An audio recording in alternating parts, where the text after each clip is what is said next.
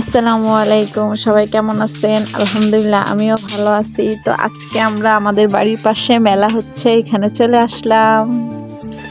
দেখেন গ্রামের মেলা কেমন হয়,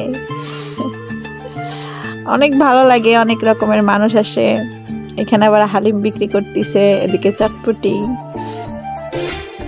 আসলে গ্রাম দেখতে সুন্দর, উপভোগ করলে ভালোই লাগে, খারাপ লাগে না।